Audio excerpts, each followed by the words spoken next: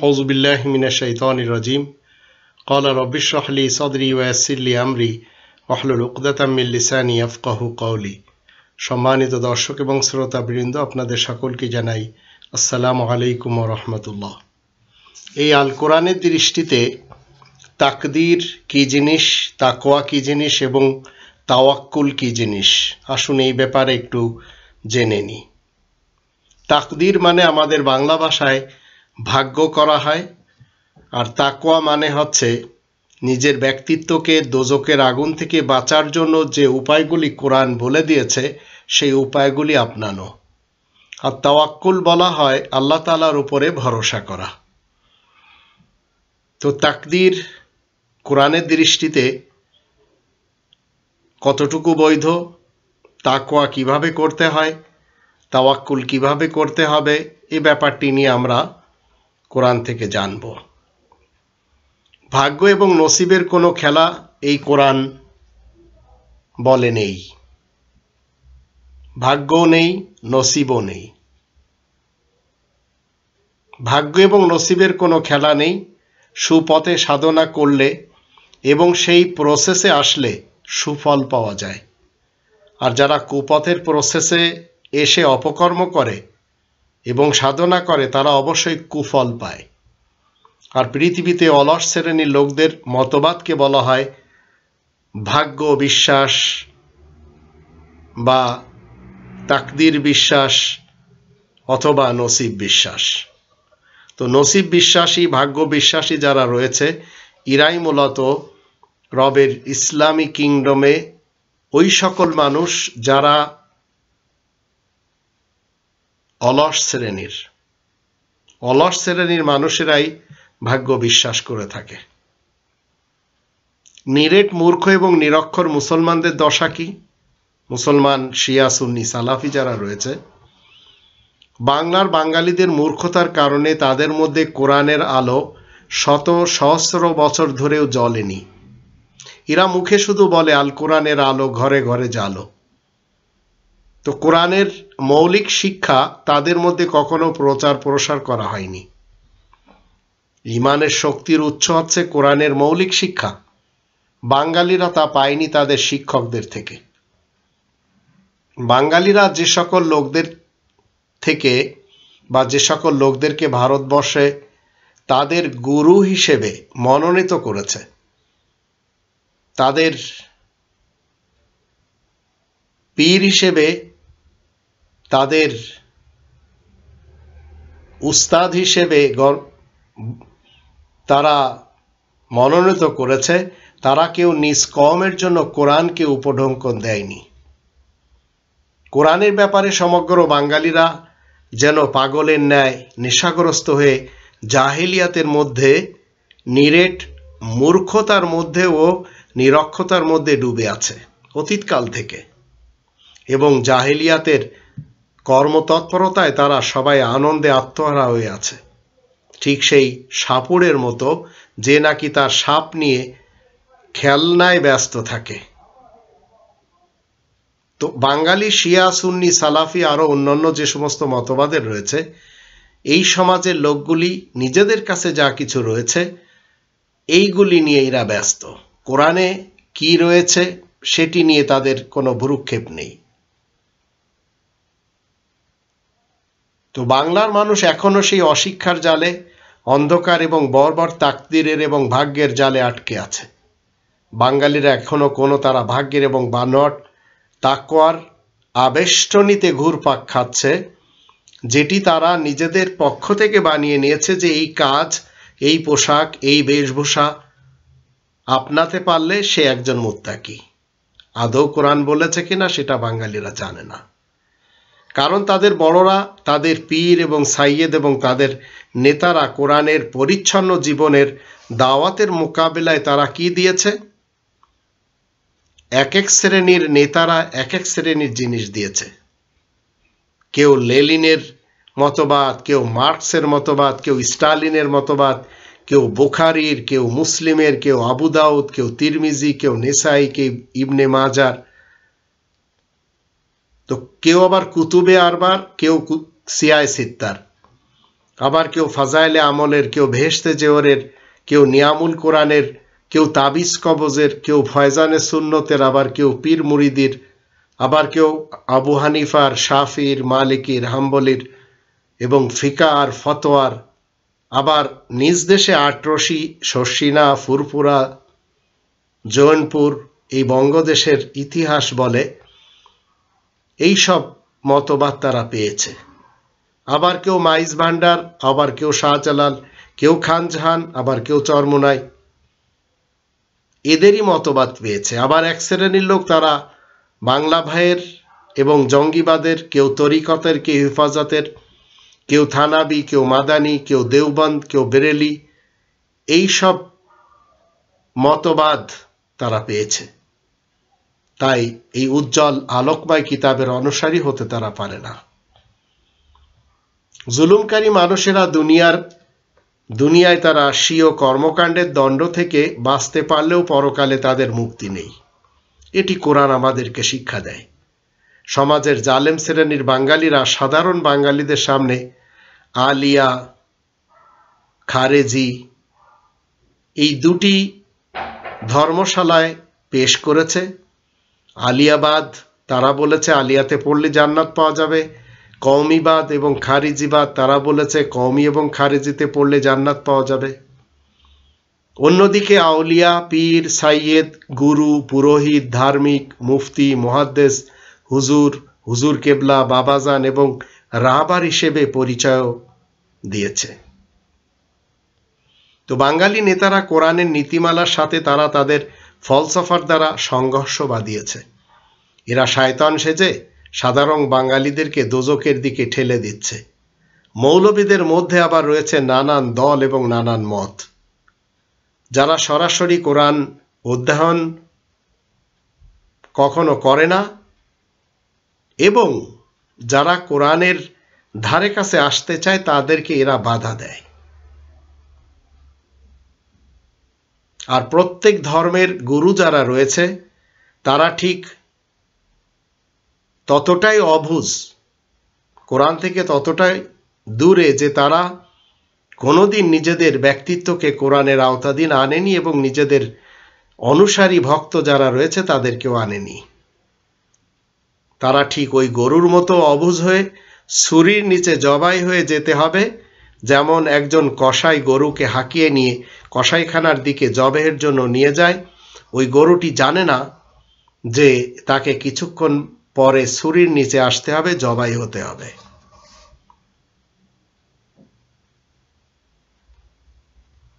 তো ঠিক মুরিদরা জবাই হয়ে গেছে তাদের পীরদের কাছে বয়াত করে। তদ্রূপ যে সকল মানুষ কোরআনের বিষয়ের উপর কোনো জ্ঞান রাখে না, কোরআনের পাতায় কি লেখা আছে তা তারা জানে না, এতদা সত্ত্বেও ধার্মিকদের এবং অধার্মিক নেতাদের পিছনে ধেয়ে চলেছে অতীতকাল থেকে বঙ্গদেশের বাঙালি সমাজ। সে হিন্দু হোক, বৌদ্ধ হোক, খ্রিস্টান হোক, জৈন হোক, মুসলমান শিয়া হোক, মুসলমান সুন্নি হোক, মুসলমান সালাফি হোক, অথবা আরো অন্য মুসলমান সমাজের হোক না কেন। তো অধার্মিক যারা এবং কসাই ধর্মজীবী যারা রয়েছে অচিরেই তারা তাদের ভক্তদেরকে সাথে নিয়ে অপমানের সাথে দোজখে প্রবেশ হতে বাধ্য হবে।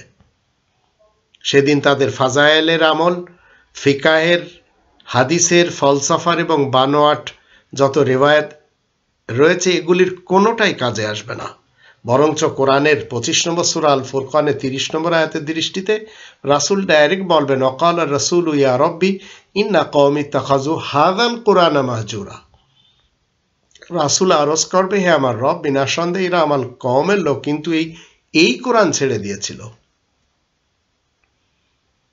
তো আল্লাহ তাআলা এই জগৎ জুড়ে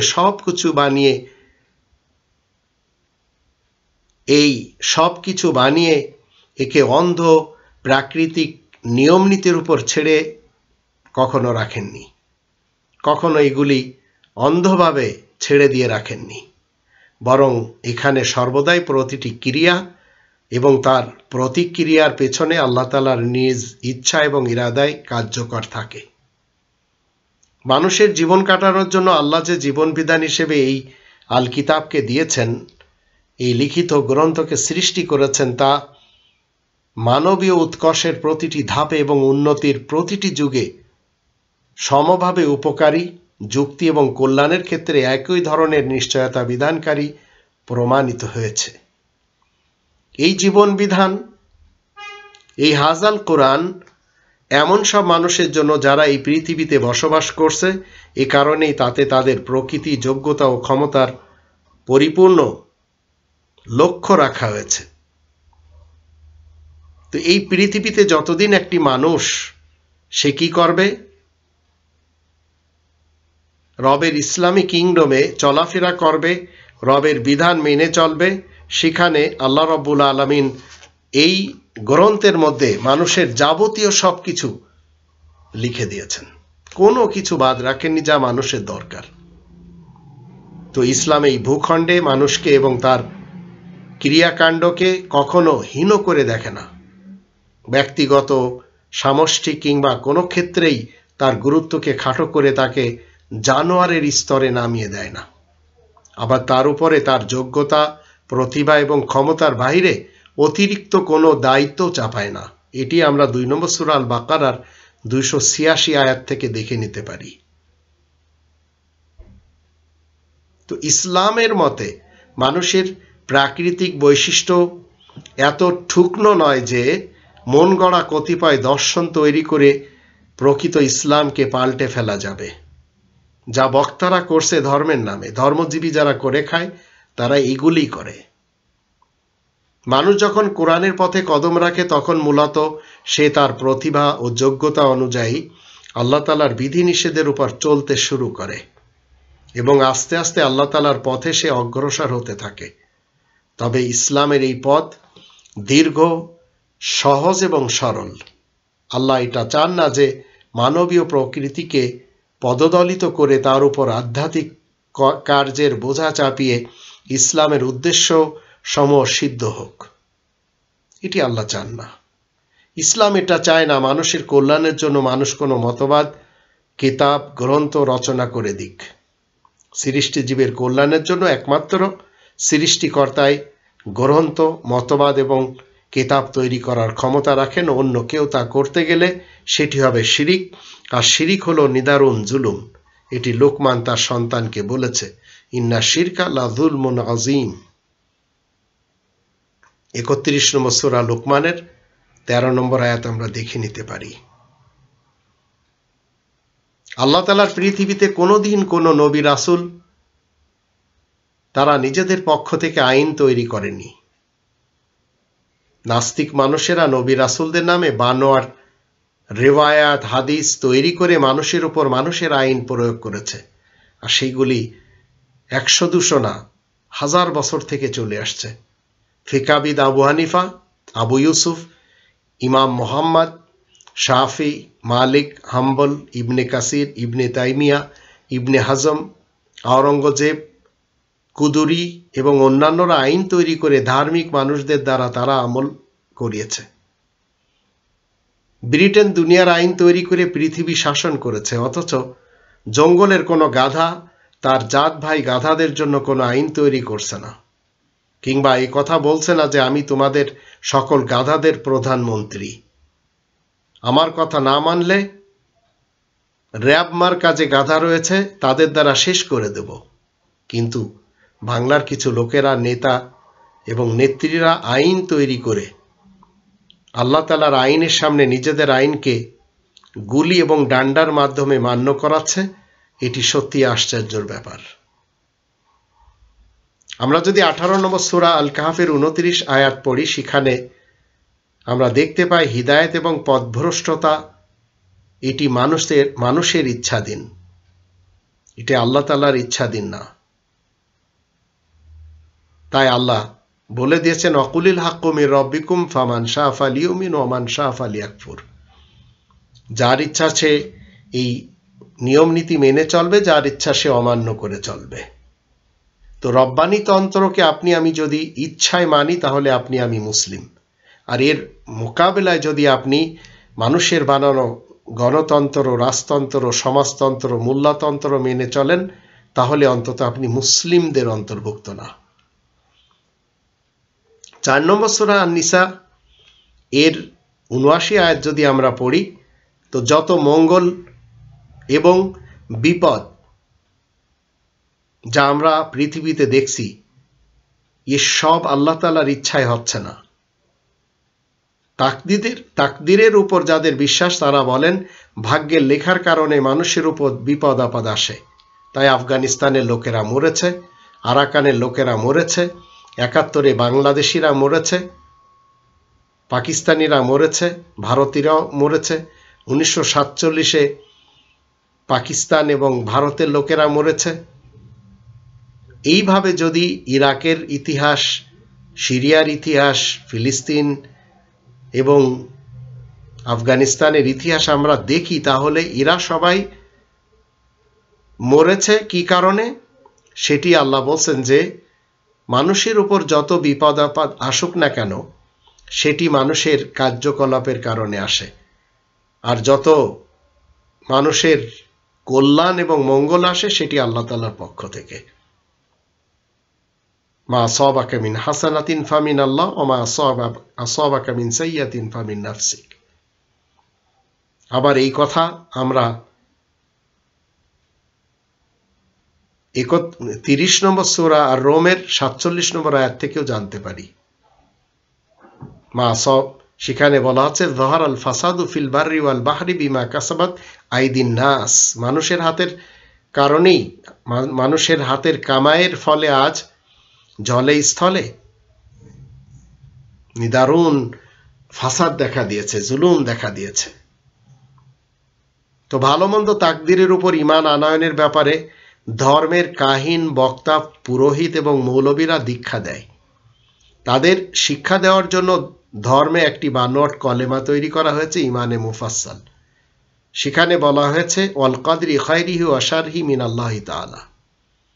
অথচ 2 নম্বর সূরা আল বাকারার 177 আয়াত যদি আমরা পড়ি, সেখানে আমরা ইমানে মুফাসসাল দেখতে পাই। সেখানে এই ধরনের কোনো কথা নেই যে ভালো মন্দ সব আল্লাহ তাআলার পক্ষ থেকে এসেছে, এই তাকদীরের বিশ্বাস করতে হবে।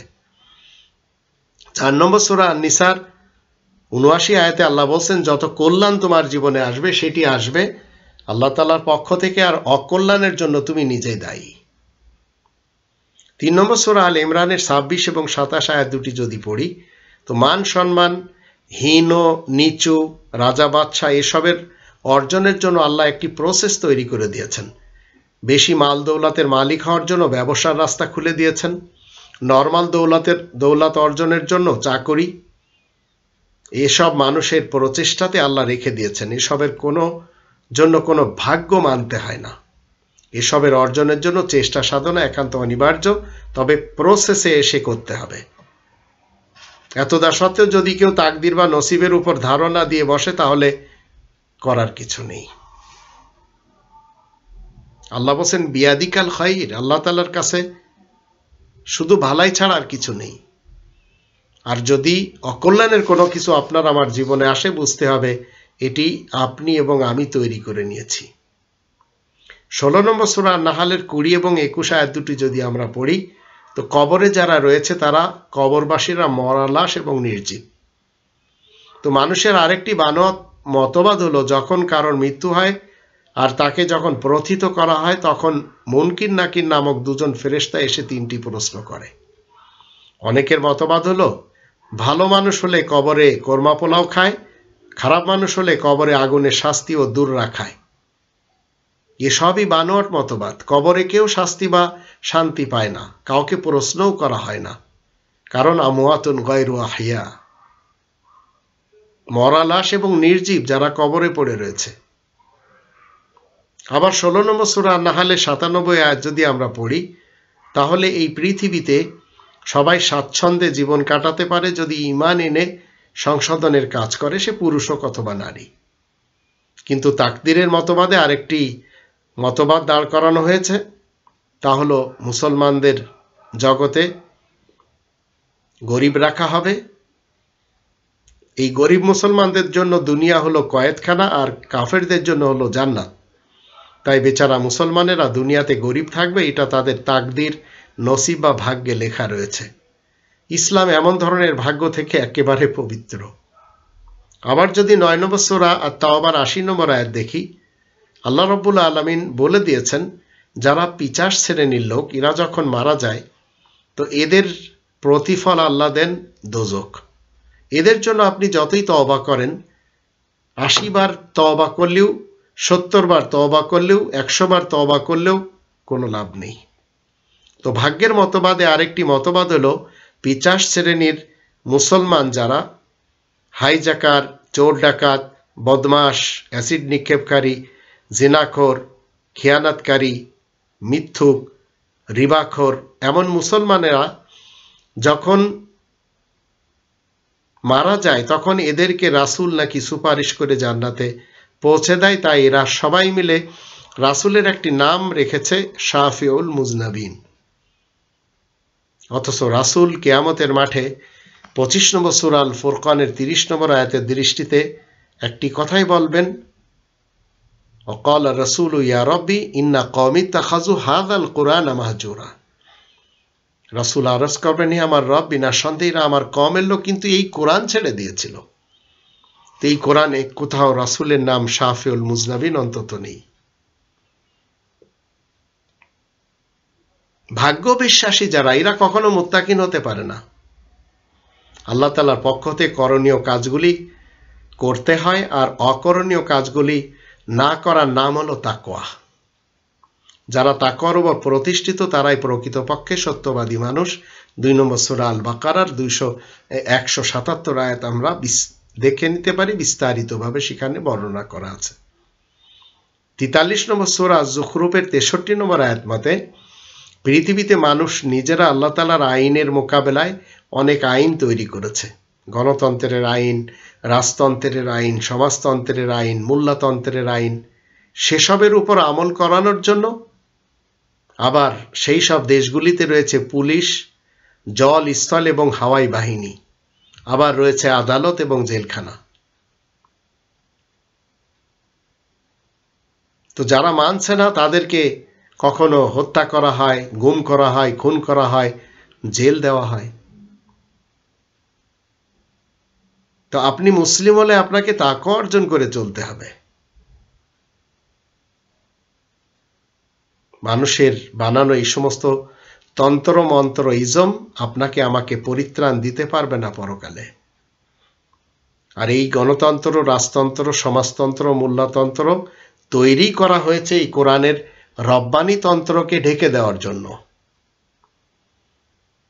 তাকওয়া অর্জনের জন্য এক শ্রেণীর লোকদের মতবাদ হলো লম্বা দাড়ি রাখতে হবে, লম্বা টুপি পাগড়ি পরতে হবে, লম্বা কুর্তা পরতে হবে, হাতে তাসবিহ নিতে হবে।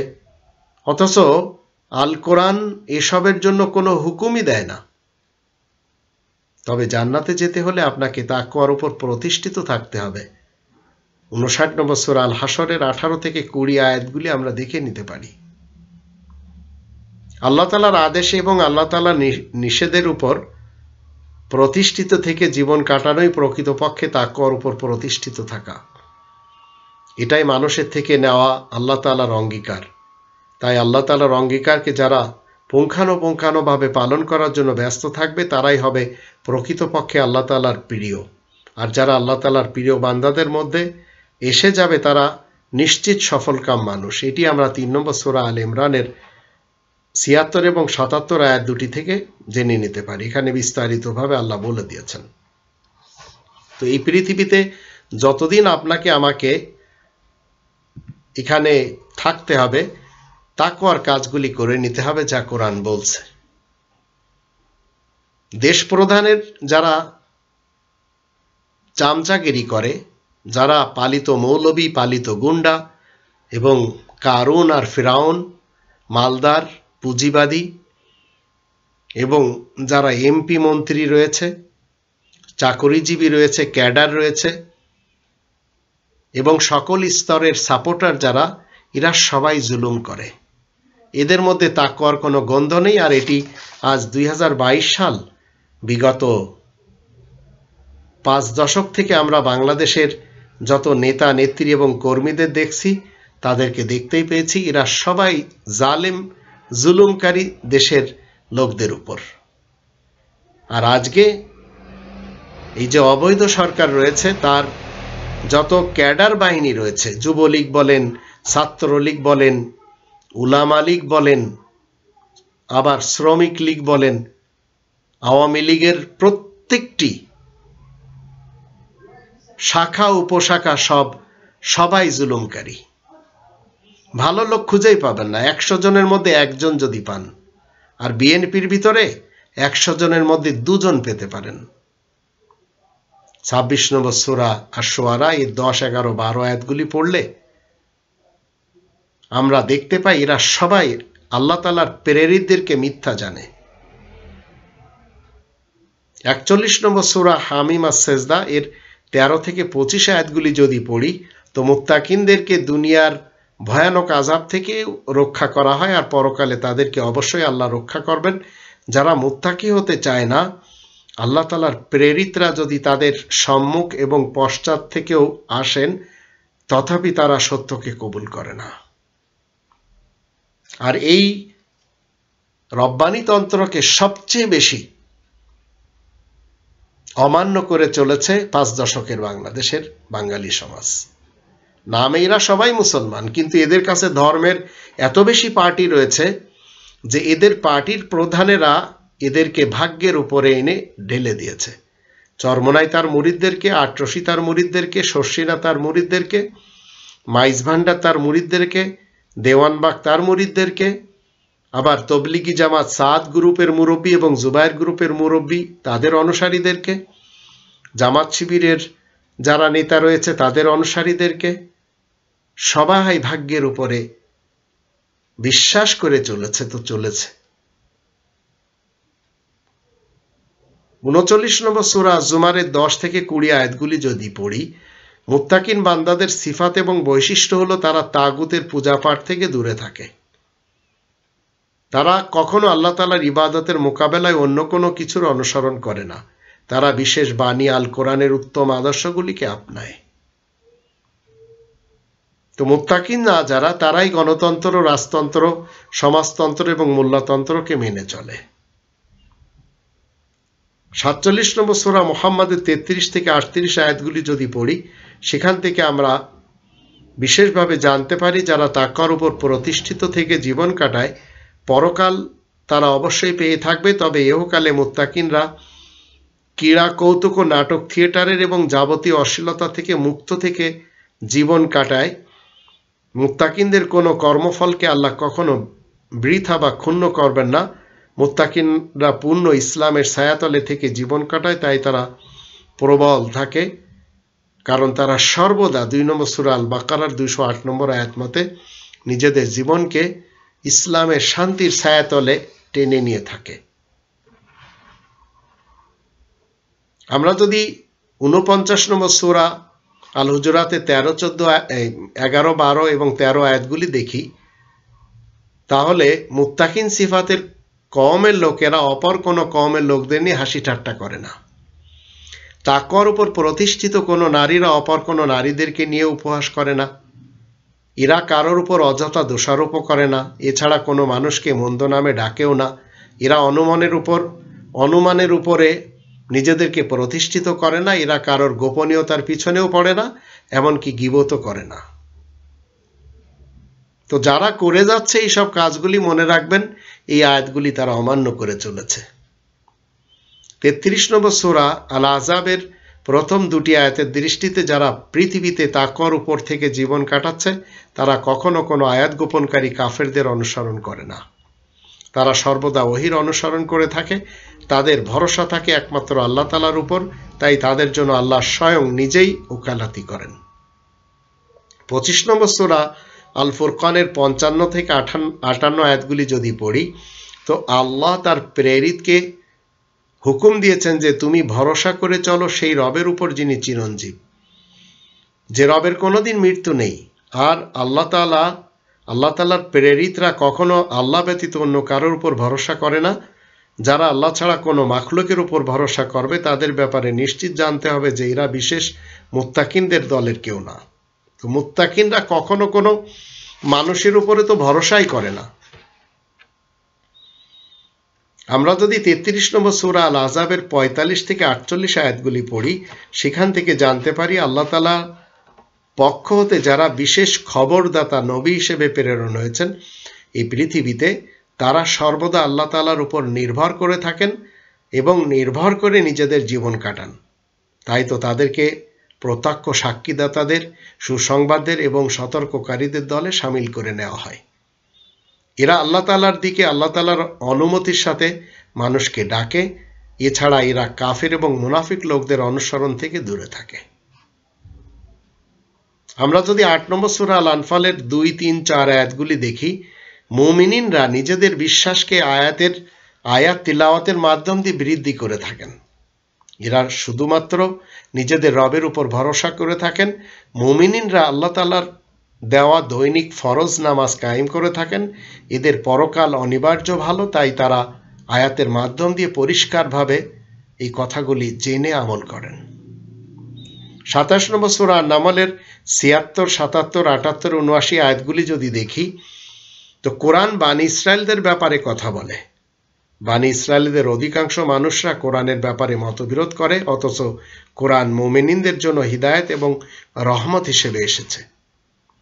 আর 4 নম্বর সূরা আন-নিসার 49 আয়াত যদি আমরা দেখি, সেখানে বলা হচ্ছে ইসলামে প্রবেশ করার পর যারা নিজেদের জীবনকে তাকওয়ার উপর প্রতিষ্ঠিত করে নেয়, নিজ হাতে তাকদীরকে গড়ে আল্লাহ তাআলার উপর তাওয়াক্কুল করে, তাদের উপর কোনো কিঞ্চিত পরিমাণেও জুলুম করা হয় না। আর 65 নম্বর সূরা তালাক এর 3 নম্বর আয়াতে আল্লাহ বলেন, প্রত্যেক ওই ব্যক্তির জন্য আল্লাহ তাআলা যথেষ্ট হন যারা আল্লাহ তাআলার উপর পূর্ণ ভরসা, আস্থা এবং নির্ভর করে থাকেন। এমন ব্যক্তিদেরকে আল্লাহ এমন জায়গা থেকে রুজি রোজগারের ব্যবস্থা করেন যা তাদের কল্পনায়ও আসে না। আর 7 নম্বর সূরা আল আরাফের 88 থেকে 92 আয়াতগুলি থেকে আমরা জানতে পারি তাওয়াক্কুল বা ভরসা শুধু যদি আল্লাহ তাআলার উপর করা যায়, তাহলে পথভ্রষ্ট কওমের মাঝে ও আল্লাহ তাআলার উপর নির্ভরকারীদের মাঝে আল্লাহ সঠিকভাবে ফয়সালা করে দেন। আর 16 নম্বর সূরা নাহলের 97, 98, 99 এবং 100 আয়াতগুলি থেকে আমরা জানতে পারি যে সকল বান্দারা তাওয়াক্কুল করে নিজ প্রতিপালকের উপর, তারা শয়তানের সব ধরনের কুপ্ররোচনা থেকে বেঁচে জীবন কাটাতে পারে। এমন লোকদেরকে দুনিয়ার জীবন হয় বড়ই কল্যাণকর, আর পরকালে তাদের জন্য উত্তম প্রতিদান রয়েছে। এই হচ্ছে কোরআনের দৃষ্টিতে তাকওয়া, তাওয়াক্কুল এবং তাকদীর। আল্লাহ আমাদের সবাইকে কোরআন মতে মেহনত করে নিজেদের জীবন কাটানো তৌফিক দান করুন। আর যত অলসদের বানানো এবং তাদের যে মতবাদে তাকদীর রয়েছে, তাকদীর এবং কি বলে তাদের যে ভাগ্য, নসিব, বিশ্বাস রয়েছে, এই মতবাদ থেকে আমাদেরকে দূরে রাখুন।